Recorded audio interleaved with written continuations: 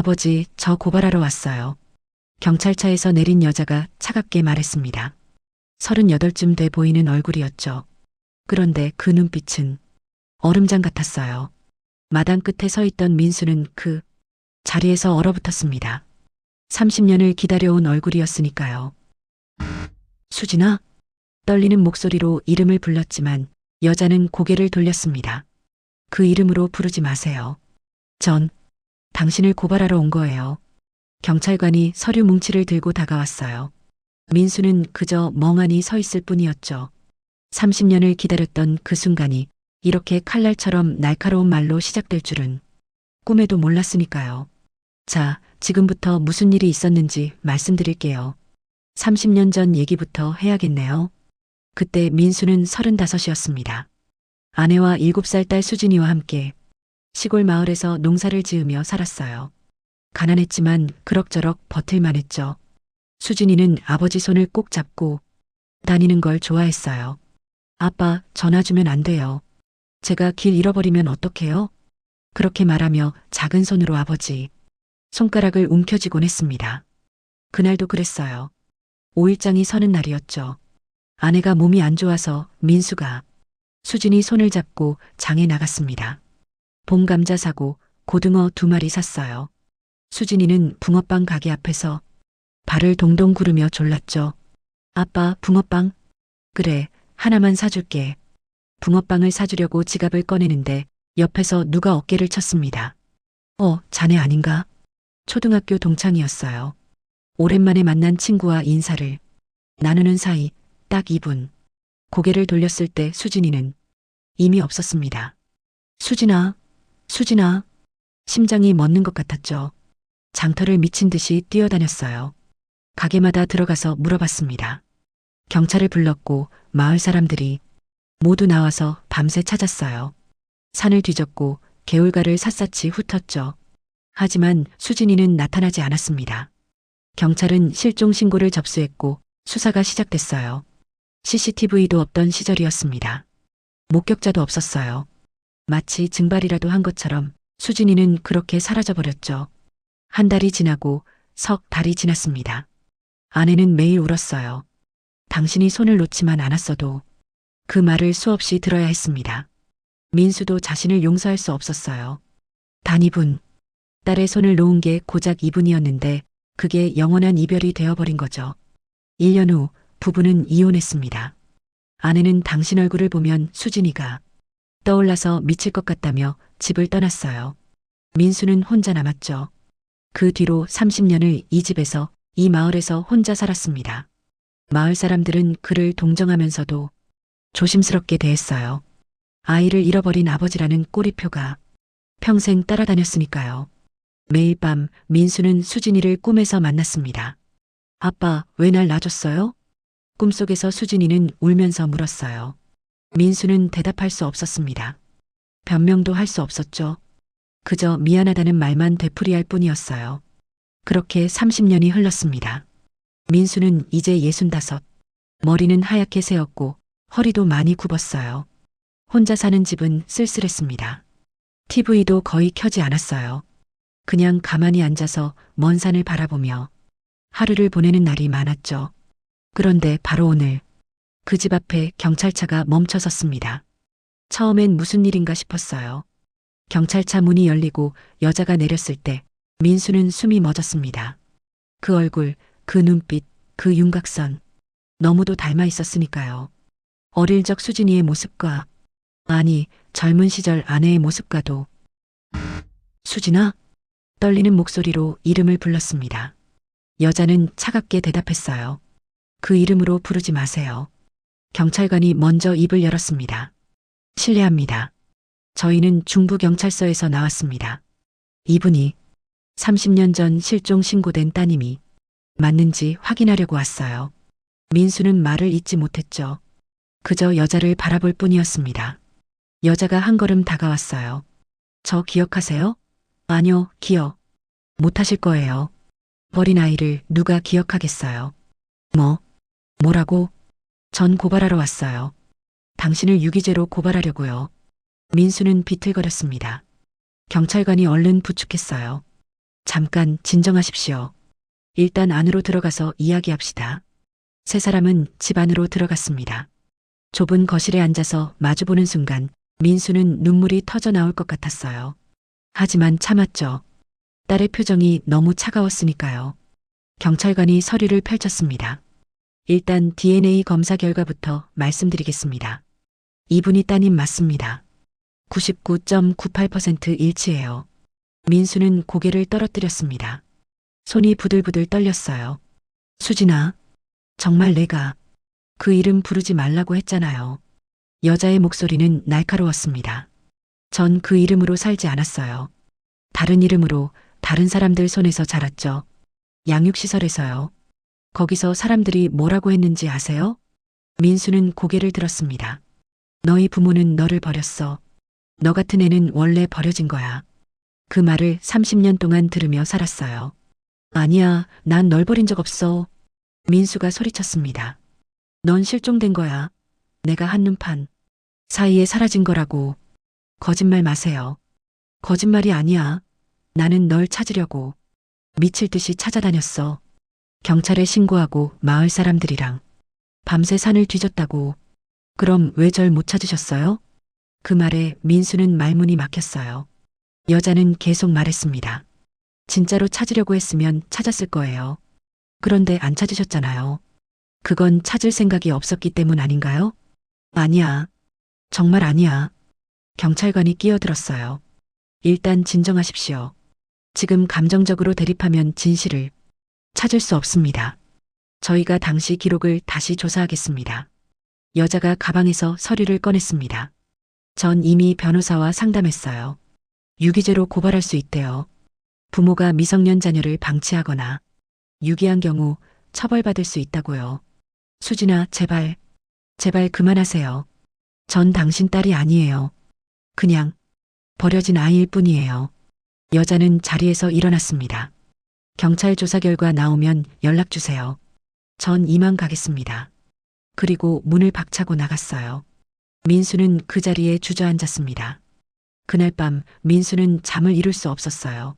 30년 만에 만난 딸이었는데 그 딸은 자신을 원망하고 있었습니다. 아니, 원망을 넘어서 증오하고 있었죠.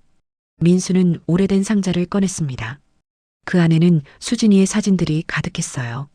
돌잔치 사진, 유치원 사진, 마지막으로 찍은 7살 생일 사진까지. 내가 널 버렸다고? 내가? 사진 속 수진이는 환하게 웃고 있었습니다. 아버지 손을 꼭 잡고 있는 모습도 있었죠. 아빠, 전화 주면 안 돼요. 그때 그 목소리가 귓가에 맴돌았어요. 민수는 고개를 떨어뜨렸습니다. 정말로 자신이 손을 놓지만 않았다면 딸은 사라지지 않았을 텐데. 그게 자신의 죄였죠. 며칠 뒤 경찰관이 다시 찾아왔습니다. 조사 결과 나왔습니다. 민수는 긴장한 표정으로 경찰관을 맞았어요. 당시 실종 신고 기록 확인했습니다. 정확히 30년 전 4월 15일 오후 2시 30분에 신고 접수됐어요. 신고자는 본인이시고 목격자 진술도 여러 건 있었습니다. 분명히 실종 사건 맞습니다. 그럼 내가 버린 게 아니라는 거죠? 법적으로는 그렇습니다. 하지만 경찰관이 말을 흐렸어요. 하지만 뭡니까? 따님 입장에서는 이해가 안 가는 부분이 있어요. 30년 동안 왜 못 찾으셨는지, 양육시설에 어떻게 들어가게 됐는지 그 과정이 불명확하거든요. 그게 저도 궁금합니다. 대체 누가 수진이를? 바로 그때 마을 이장님이 급하게 찾아왔습니다. 여보게, 큰일 났네. 무슨 일이십니까? 박신혜 할머니가 경찰서에 자수하러 갔다는군. 민수는 얼어붙었어요. 네, 박신혜 할머니요? 응, 자네 누나 말일세. 순간 민수의 머릿속이 하얗게 변했습니다. 누나, 자신의 친누나였죠. 30년 전 그 일 이후로 연락도 끊고 지냈던 누나. 경찰관이 물었습니다. 친누나분이 무슨 관련이 있습니까? 잘 모르겠습니다. 그 당시 이후로 연락을 안 했어요. 누나도 멀리 이사 가버렸고. 일단 경찰서로 가시죠. 누나분이 무슨 이야기를 할지 들어봐야겠습니다. 경찰서 조사실. 민수가 들어갔을 때 누나는 이미 그곳에 앉아 있었습니다. 칠순이 넘은 노인이 됐더군요. 머리는 새하얗고 등은 많이 굽었어요. 누나. 누나는 고개를 들었습니다. 눈가에 눈물이 가득했죠. 동생아. 미안하다. 무슨 소리예요? 경찰관이 녹음기를 켰어요. 진술 시작하겠습니다. 박순희 씨 30년 전 사건에 대해 말씀해 주십시오. 누나는 떨리는 목소리로 말하기 시작했습니다. 그날 내가 수진이를 데려갔어. 민수는 의자를 박차고 일어났어요. 뭐라고요? 진정하십시오. 경찰관이 제지했지만 민수의 머릿속은 하얗게 변해버렸습니다. 누나는 계속 말했어요. 그날 장터에 나도 나가 있었어. 우연히 동생네 가족을 봤지. 수진이가 붕어빵 가게 앞에 서 있는 걸 봤어. 그때 동생은 친구랑 이야기하느라 정신이 없더라고. 그래서 누나가? 난 예전부터 걱정이 많았어. 동생네 형편이 너무 어려웠잖아. 농사도 잘 안 되고 빚도 많고 수진이가 그런 환경에서 자라는 게 안쓰러웠어. 그게 무슨... 그래서 그 순간 내가 판단을 내렸어. 수진이를 데려가서 좀 더 나은 곳에서 키우게 하자고. 민수는 주먹을 쥐었어요. 온몸이 떨렸죠. 누나가 무슨 권리로 그런 짓을... 미안해. 정말 미안해. 미안하다고 끝나는 게 아니잖아요. 민수가 소리쳤습니다. 우리 가족이 어떻게 됐는지 알아요? 아내는 날 떠났고 난 30년을 죄책감 속에서 살았어요. 수진이는 버려진 아이로 자랐고 누나가 그 모든 걸 만든 거예요. 누나는 고개를 숙였어요. 그래. 다 내 죄야. 근데 입양 보낼 거라던 그 부부가 갑자기 마음을 바꿔버렸어. 결국 수진이는 양육시설로 보내졌고 난 그 뒤로 감히 너한테 연락도 못했어. 왜 진작 말 안 했어요? 무서웠어. 내가 날 용서 안 할 거라고 생각했어. 그래서 그냥 숨어서 살았어. 근데 요즘 내가 안 말기래. 이제 얼마 못 산다고 하더라. 그래서 죽기 전에 고백하러 온 거야. 경찰관이 정리했습니다. 정리하겠습니다. 박순희 씨가 30년 전 조카를 무단으로 데려갔고 그 과정에서 유기 상태가 됐다는 거죠? 네, 맞습니다. 민수는 주저앉았습니다. 모든 게 누나 때문이었어요. 자신의 실수도 있었지만 진짜 원인은 누나였던 거죠. 30년을 죄책감 속에 살았는데 그게 다 누나의 잘못된 판단 때문이었습니다. 그날 저녁 민수는 수진이를 다시 만났어요. 경찰이 연락을 해줬거든요. 수진이도 진실을 알아야 한다고요. 경찰서 상담실에서 둘은 마주 앉았습니다. 경찰관이 경위를 설명했어요. 따님, 들으셨습니까? 아버님은 당신을 버리지 않았습니다. 실종 신고도 즉시 했고 수사도 진행됐어요. 다만 고모께서 무단으로 데려가는 바람에 이런 일이 벌어진 겁니다. 수진이는 아무 말도 하지 않았습니다. 그저 멍하니 앉아있을 뿐이었죠. 민수가 조심스럽게 입을 열었어요. 수진아, 난 널 한 번도 버린 적 없어. 단 한 번도. 내가 내 손을 놓친 건 정말 내 잘못이야. 그 이분이 평생 후회야. 근데 난 널 버리지 않았어. 수진이는 여전히 고개를 숙이고 있었어요. 전 30년 동안 버려진 아이로 살았어요. 알아. 정말 미안해. 시설에서 사람들이 저한테 뭐라고 했는지 아세요? 수진이가 고개를 들었습니다. 눈에는 눈물이 가득했어요. 너희 부모는 너 싫어서 버린 거야. 너 같은 애는 아무도 안 키우려고 해. 그 말을 수도 없이 들었어요. 민수의 가슴이 찢어지는 것 같았습니다. 수진아, 전 그 말을 믿으며 살았어요. 제가 뭔가 잘못해서 제가 사랑받을 가치가 없어서 버려졌다고 생각했어요. 그래서 평생 제 자신을 미워하며 살았어요. 눈물이 볼을 타고 흘러내렸습니다. 민수도 울었어요. 미안해. 정말 미안해. 근데 이제 와서 그게 아니었다고 하시면 전 어떻게 해요? 제가 평생 믿고 살았던 게 다 거짓이었다면 전 뭐가 되는 거예요? 수진아, 전 너무 혼란스러워요. 증오하고 싶은데 이젠 누굴 증오해야 할지 모르겠어요. 경찰관이 조용히 말했습니다. 두 분 다 피해자입니다. 진짜 잘못은 고모께서 하신 겁니다. 수진이는 한참을 생각하다가 말했어요. 고모, 그 사람은 어디 있어요? 구속됐습니다. 유괴죄로 기소될 예정입니다. 수진이는 입술을 깨물었어요. 그 사람을 만나고 싶어요. 이틀 뒤 수진이는 구치소로 고모를 면회하러 갔습니다. 민수도 함께 갔어요. 하지만 면회실 앞에서 멈췄죠. 수진아, 넌 혼자 들어가. 난 밖에서 기다릴게. 왜요? 누나 얼굴을 보면 내가 뭐라고 할지 모르겠어. 넌 내가 하고 싶은 말 해.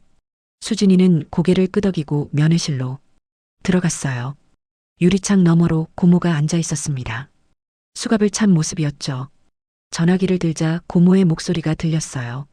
수진아, 정말 오래간만이구나. 전 당신을 기억 못해요. 그럴 거야.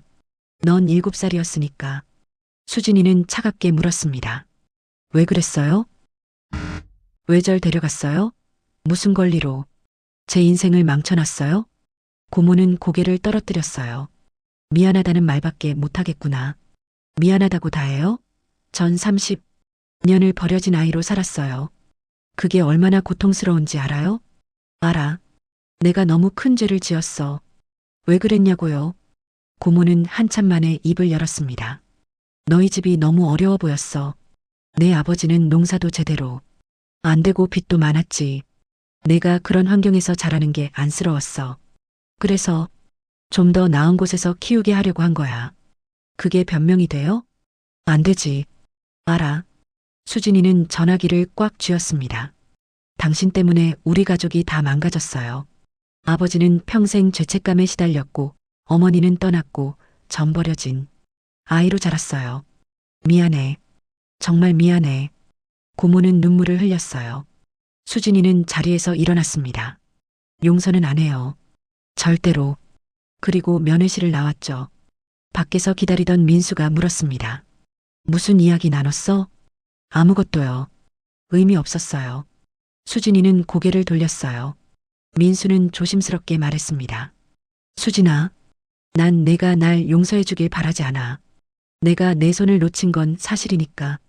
근데 한 가지만 믿어줘. 난 널 정말 사랑했어. 지금도 사랑해. 수진이는 아무 말도 하지 않았어요.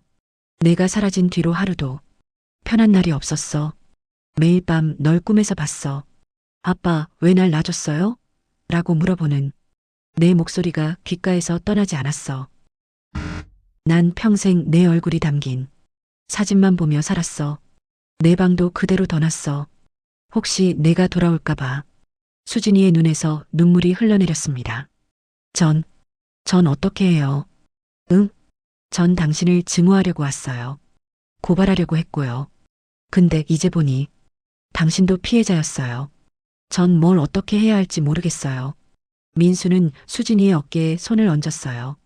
아무것도 안 해도 돼. 그냥 천천히 생각해. 난 여기 있을 테니까. 수진이는 그 말에 무너졌습니다. 아빠, 제가 정말 사랑받았던 아이였어요? 민수는 수진이를 꽉 껴안았어요. 그럼, 넌 세상에서 제일 사랑받던 아이였어. 지금도 그래. 수진이는 아버지 품에서 한참을 울었습니다. 30년 만에 처음으로 자신이 버려진 아이가 아니었다는 걸 믿을 수 있었죠. 그로부터 몇 달이 지났어요. 수진이는 고발장을 취하했습니다. 아버지를 용서하기로 한 거죠. 고모는 유괴죄로 실형을 선고받았어요. 하지만 건강 문제로 집행유예를 받았습니다. 수진이는 가끔 아버지 집을 찾아왔어요. 처음엔 어색했습니다. 서로 뭐라고 말해야 할지 몰랐죠. 하지만 시간이 지나면서 조금씩 가까워졌어요. 어느 날 수진이가 오래된 사진첩을 보고 있었습니다. 이거 제 돌잔치 사진이네요. 응, 그때 내가 떡을 먹다가 온 얼굴에 발라서 웃었었지. 저 이렇게 귀여웠어요? 세상에서 제일 귀여웠지. 수진이는 사진을 한참 바라보다가 말했어요. 전 이런 사진이 한 장도 없었어요. 시설에서 자라면서 제 어릴 적 모습을 본 적이 없었거든요. 민수는 사진첩을 수진이 앞으로 밀었습니다. 가져가. 이건 다 내 거야. 아빠가 간직하셔야죠. 난 이미 머릿속에 다 있어. 넌 이 사진들이 필요할 거야. 내가 사랑받았던 아이였다는 증거니까. 수진이는 사진첩을 꼭 안았습니다. 고마워요, 아빠. 그 말을 듣는 순간 민수의 눈에서 눈물이 흘러내렸어요. 30년 만에 처음 듣는 아빠라는 호칭이었습니다. 계절이 바뀌고 또 바뀌었어요. 수진이는 이제 한 달에 두세 번씩 아버지를 찾아왔습니다. 함께 밥을 먹고 이야기를 나누고 가끔 산책도 했죠. 완전히 예전으로 돌아갈 수는 없었어요. 30년의 빈자리는 쉽게 메워지지 않았습니다. 하지만 둘은 조금씩, 아주 조금씩 서로를 알아가고 있었어요. 어느 봄날 민수와 수진이는 함께 장터에 나갔습니다. 바로 그 장터, 30년 전 수진이가 사라졌던 그곳이었죠. 여기, 그날 그 자리예요? 응, 저기 붕어빵 가게 자리야. 지금은 다른 가게가 들어서 있었지만 민수는 정확히 기억하고 있었습니다. 아빠, 괜찮으세요? 여기 오면 힘드시잖아요. 괜찮아. 이젠 내가 옆에 있으니까. 수진이는 아버지 손을 잡았어요. 전 이제 길 안 잃어버려요. 민수는 웃었습니다. 그래. 이젠 안 잃어버려. 두 사람은 손을 꼭 잡고 장터를 걸었어요. 30년 만에 다시 찾은 일상이었습니다. 시간은 모든 걸 치유하지 못합니다. 어떤 상처는 평생 남아있죠. 민수도 수진이도 각자의 상처를 안고 살아갈 겁니다. 하지만 그 상처 속에서도 새로운 시작은 가능해요. 30년의 오해가 풀렸고 서로를 향한 사랑이 진짜였다는 걸 확인했으니까요. 고발장은 취하됐지만 그보다 더 중요한 게 회복됐습니다. 아버지와 딸이라는 관계가 다시 시작된 거죠. 늦었지만 그래도 돌아온 겁니다. 집으로. 오늘 이야기는 여기까지입니다. 다음 이야기에서 또 뵐게요. 또 다른 감성 드라마는 유튜브에서 황혼극장 7080을 찾아주세요.